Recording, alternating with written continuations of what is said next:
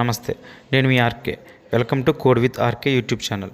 ఈ రోజుల్లో సాఫ్ట్వేర్ ఇండస్ట్రీలో అందరూ ఎక్కువగా మాట్లాడుకున్న మాట ఫుల్ స్టాక్ డెవలపర్. రీసెంట్గా గ్రాడ్యుయేట్ అయిన బీటెక్ స్టూడెంట్ అయినా, లేదంటే జాబ్ స్విచ్ అవ్వాలి అనుకునే నాన్ ఐటీ ఎంప్లాయీ అయినా సరే, వీళ్ళందరూ డిస్కస్ చేసేది ఫుల్ స్టాక్ డెవలపర్ గురించి మాత్రమే. కానీ ఒక బిగినర్కి అసలు ఇది ఎక్కడ స్టార్ట్ అవుతుంది, ఎక్కడ ఎండ్ అవుతుంది, ఎలా స్టార్ట్ చేయాలి, ఈ కోర్స్ని ఎక్కడ ఎండ్ చేయాలి అనేది ఒక ఐడియా ఉండదు.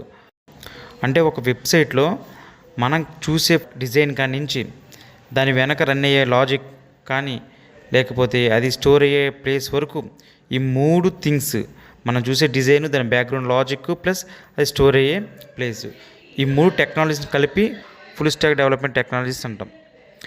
ఓకేనా? ఆ మూడు టెక్నాలజీస్ని హ్యాండిల్ చేయగలిగే ఒక పర్సన్ని ఫుల్ స్టాక్ డెవలపర్ అని పిలుస్తాం. కానీ ఈ 2026లో కేవలం కోడింగ్ తెలిస్తే సరిపోదు. ఏ టూల్స్ని ఎలా వాడాలో తెలుసుకోవాలి. లైక్ చాట్‌జీపీటీ, జెమినై, క్లాడ్, ఈ టూల్స్ని ఎలా వాడాలో తెలుసుకుంటేనే ఈ 2026లో మనం సర్వే అవ్వగలం, లేదా 2026లో ఫుల్ స్టాక్ డెవలపర్ అవ్వగలం. ఈ వీడియోలో నేను మీకు స్టెప్ బై స్టెప్ ఒక కంప్లీట్ మాస్టర్ ప్లాన్ ఇవ్వబోతున్నాను. మీరు నాన్ ఐటీ బ్యాక్గ్రౌండ్ అయినా, లేదా బిగినర్ అయినా ఈ రోడ్ మ్యాప్ ఫాలో అయితే మీరు ఒక ప్రొఫెషనల్ డెవలపర్ అవ్వచ్చు. Okay, let's welcome to the video. Step 1, front end, the visual bridge. మన ఫుల్ స్టాక్ డెవలప్మెంట్ సిరీస్లో మనం ఫస్ట్ ఫోకస్ చేయాల్సిన part front end technology. So మనం మొదట మన యూజర్ ఇంటరాక్ట్ అయ్యే ఈ ఫ్రంట్ ఎండ్తోనే స్టార్ట్ చేయాలి. ఈ ఫ్రంట్ ఎండ్లో అందులో ఫస్ట్ నేర్చుకోవాల్సింది HTML, తర్వాత CSS. ఈ HTML అండ్ CSS ఈ రెండింటిని కలిపి మనం ఒక వెబ్సైట్ని డిజైన్ చేయొచ్చు, బట్ ఫంక్షనాలిటీ ఇవ్వలేం. అంటే ఒక హ్యూమన్ బాడీలో స్కెల్టన్ టైప్ అనమాట. ఒక వెబ్సైట్కి డిజైన్ చేయడానికి HTML5 అండ్ CSS3 వాడతారు. బట్ ఆ వెబ్సైట్ ఫంక్షనాలిటీ కావాలంటే, అంటే రియల్ టైంలో ఒక యూజర్ యొక్క యాక్షన్స్ని తీసుకోవాలనుకుంటే, then next step is JavaScript. So JavaScript లేకుండా HTML, CSS ద్వారా డెవలప్ చేసిన వెబ్సైటు యూజ్లెస్. అవి ఓన్లీ స్టాటిక్ వెబ్సైట్గానే ఉంటాయి. ఇక్కడ మళ్ళీ స్టాటిక్ అండ్ డైనమిక్ అనేది మనం నెక్స్ట్ వీడియోలో మాట్లాడదాం. Just focus on the point. HTML and CSS వీటిని యూజ్ చేసి జస్ట్ మనం ఒక వెబ్సైట్ని డిజైన్ చేయగలం, కానీ యాక్షన్స్ని ఇవ్వలేం, యాక్షన్స్ని తీసుకోలేం కూడా ఒక యూజర్ నుంచి. ఓకేనా?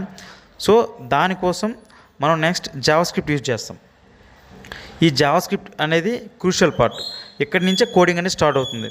ఈ జావాస్క్రిప్ట్ యూజ్ చేసి మాత్రమే మనం ఒక వెబ్సైట్కి ఫంక్షనాలిటీ ఇవ్వగలం, ఒక యూజర్ నుంచి యాక్షన్స్ని తీసుకోగలం. The next thing is advance level, React or Angular. ఇది optional. As a beginner level, మీరు బిగినర్ స్టేజ్లో ఉన్నప్పుడు ఈ యాంగులర్ని, రియాక్ట్ని టచ్ చేయొద్దు. వన్స్ మీకంటూ ఫుల్ స్టాక్ డెవలప్మెంట్ కాన్సెప్ట్స్ క్లియర్గా అర్థమైతే తర్వాత నెక్స్ట్ లెవెల్లో అడ్వాన్స్ లెవెల్కి వెళ్ళండి. ఓకేనా? సో స్టార్టింగ్ స్టేజ్లో ఈ ఫ్రంట్ ఎండ్ పార్ట్లో HTML, CSS అండ్ జావాస్క్రిప్ట్ ఈ మూడు చాలు. తరువాత Git and Git hub. Step 2లో గిట్ అండ్ గిట్ హబ్ నేర్చుకోవడం చాలా బెటర్. ఇండస్ట్రీలో చాలామంది చేసే బ్లండర్ మిస్టేక్ ఏంటంటే ఈ గిట్ అండ్ గిట్ హబ్ని ఇగ్నోర్ చేస్తారు. వన్స్ జాబ్ వచ్చిన తర్వాత స్ట్రగుల్ అవుతారు అనమాట. ఈ గిట్ అండ్ గిట్ హబ్ అనే క్రూషియల్ రోల్ ప్లే చేస్తాయి.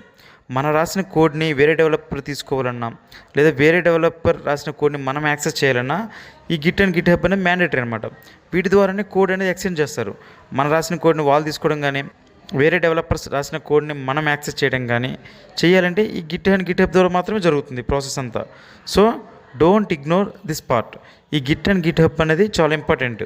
అడ్వాన్స్ లెవెల్ కాన్సెప్ట్స్ అవసరం లేదు, జస్ట్ బేసిక్స్ సరిపోతాయి. గిట్ అండ్ గిట్ హబ్ ఈ బేసిక్స్ సరిపోతాయి మనకి.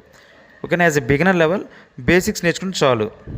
నెక్స్ట్ స్టేజ్ 3 వచ్చేసి బ్యాక్ ఎండ్ డెవలప్మెంట్.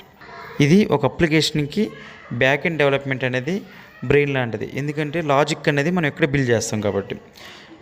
అంటే జావా అయినా, పైథాన్ అయినా, PHP అయినా, .NET అయినా వీటన్నిటిని బ్యాక్ ఎండ్ టెక్నాలజీస్ అని అంటాం. అంటే సర్వర్ సైడ్ లాంగ్వేజెస్ అని పిలుస్తాం మనం. ఓకేనా? అయితే ఇక్కడ ఒకటి ఏంటంటే బ్యాక్ ఎండ్ లాంగ్వేజ్ నేర్చుకునేటప్పుడు వాటికి సంబంధించిన ఫ్రేమ్వర్క్ ఉంటుంది. ఖచ్చితంగా ఫ్రేమ్వర్క్ నేర్చుకోవాలి, లేదంటే మనకి వెబ్ డెవలప్మెంట్లో యూజ్లెస్ అవుతుంది. ఫర్ ఎగ్జాంపుల్, మీరు జావా డెవలపర్ అయితే మీకు జావా అనే లాంగ్వేజ్ ఇంట్రెస్ట్ ఉంటే స్ప్రింగ్ బూట్ అనేది దాని ఫ్రేమ్వర్క్, ఖచ్చితంగా స్ప్రింగ్ బూట్ నేర్చుకోవాలి.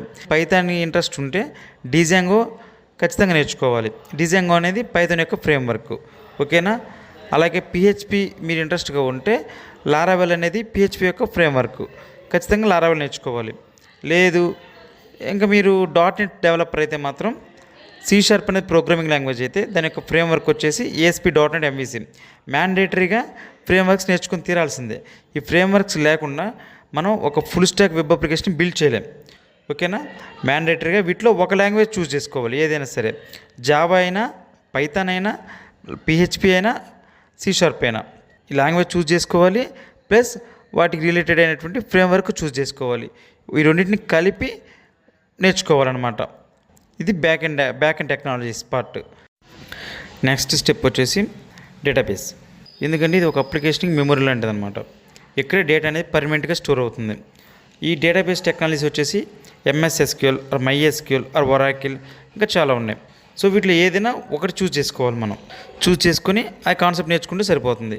ఈ డేటాబేస్ తర్వాత నెక్స్ట్ వచ్చేసేది క్లౌడ్ ఉంటుంది. అంటే అజూరు, AWS, గూగుల్ ఏదైనా క్లౌడ్ ఉంటుంది. మోస్ట్ ట్రెండింగ్ వచ్చేసి అజూరు, తర్వాత AWS ఉంది. సో వీటిలో ఏదైనా ఒక నేర్చుకుంటే సరిపోతుంది. బిగినర్ లెవెల్లో అజూర్ని కానివ్వండి, AWS కానీ టచ్ చేయకపోవడం చాలా మంచిది.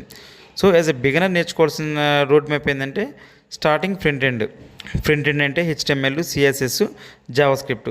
తర్వాత బ్యాక్ ఎండ్ స్టేజ్ ఏదైనా ఒక ప్రోగ్రామింగ్ లాంగ్వేజ్, జావానా, పైథానా, C#, PHPనా, వీటిలో ఏదైనా ఒక ప్రోగ్రామింగ్ లాంగ్వేజ్ ప్లస్ దాని యొక్క ఫ్రేమ్వర్క్ నేర్చుకోవాలి.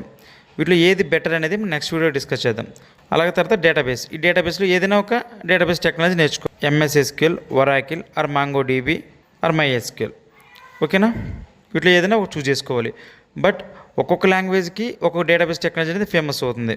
ఓకేనా? Most of the Java developers అనేది Oracle వాడతారు. అట్లాగా ఒక్కొక్క లాంగ్వేజ్కి ఒక్కొక్క డేటాబేస్ ఫేమస్ ఉంటుంది. ఇది కంప్లీట్ రోడ్ మ్యాప్ ఒక ఫుల్ స్టాక్ డెవలపర్కి, అంటే ఒక బిగినర్ లెవెల్ డెవలపర్.